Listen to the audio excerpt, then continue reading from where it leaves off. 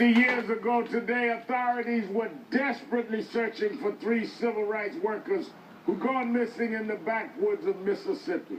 Michael Swerner, James Earl Chaney, and Andrew Goodman were in the state as part of the historic Freedom Summer, a courageous effort to bring students from around the country into the Deep South to fight Jim Crow. Activists soon learned that Swerner, Chaney, and Goodman had been murdered by the KKK. And a new documentary, Freedom Summer, on PBS, records this stunning moment of grief and passion at Chaney's memorial service. I want to talk about is really what I really grieve about. I don't grieve for Chaney because the fact I feel that he lived a fuller life than many of us will ever live. I feel that he's gotten his freedom. We're still fighting for it. All the different emotions and things I've been going through leading up to this particular moment began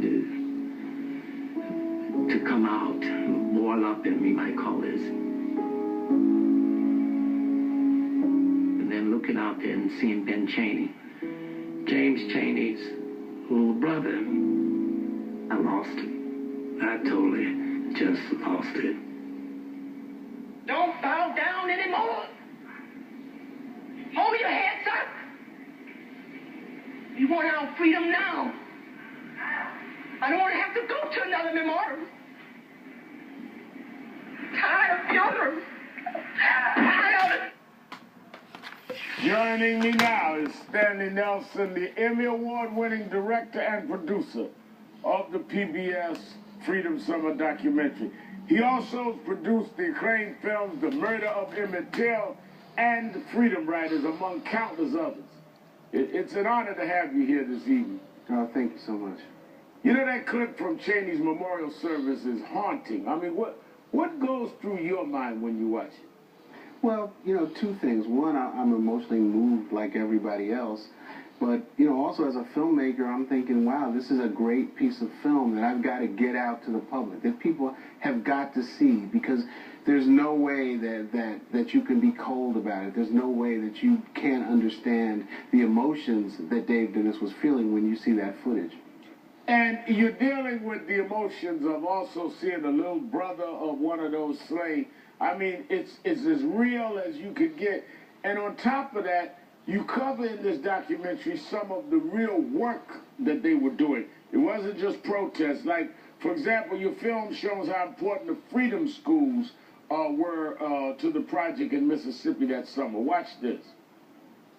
The state of Mississippi deliberately and systematically kept black people uneducated and ignorant, and then turned around and made education a requirement in order to participate in the political process. Black people couldn't go to the library. It was for whites only. And so here they are, got their own library now. They become excited to be exposed to the teaching and to browse the books. We taught African American history, civics, African culture, African dance. They were learning black history, that they were reading books that had been written by blacks that they'd never heard of. I mean, I don't know how many Americans know that education was required to be part of the process, as you said. Right, and you had to take a test to vote. I mean, that was one of the things that you had to do in Mississippi, yet you couldn't go to decent schools. Right. I mean, the schools for young people would close for most of the year, so the young people could get out and pick cotton.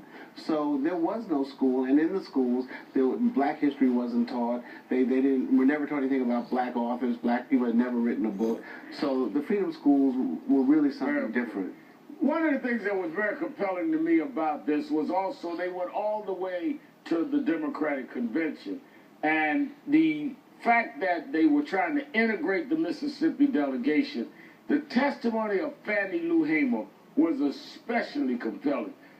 Here's a clip of this from your film. I was carried to the county jail and put in the booking room. They left some of the people in the booking room and began to play something sad. She had Mississippi in her bones. Martin Luther King or the SNCC field secretaries, they couldn't do what Fannie Lou did. They couldn't be a sharecropper and express what it meant, right? And that's what Fannie Lou did. And it wasn't too long before 3 white men came to my cell. One of these men was State Highway Patrolman. He said, we're going to make you wish you was dead. I mean, you've done a lot of film. What made you do this documentary now? Well, about 3 years ago, I finished Freedom Riders, which, you know, was a fairly successful film. And I was talking to American Experience about what next to do. American Experience is the show that this is on. And we started talking about Freedom Summer, and I said, yes, you know, that it's a great story. It's a story that most people don't know.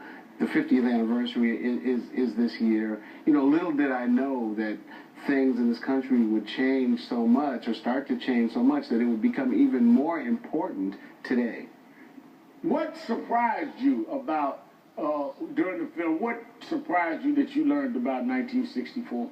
I think one of the most surprising things to me, and that most audiences will be surprised at, is Lyndon Johnson's role in trying to stop the Mississippi Freedom Democratic Party. Wow. And that he actually taped his phone calls. So you hear him behind the scenes, in his own words, manipulating people. You know, you always hear LBJ was this, you know, amazing politician. Well, here you hear, and you know, just what a kind of devious man he could be.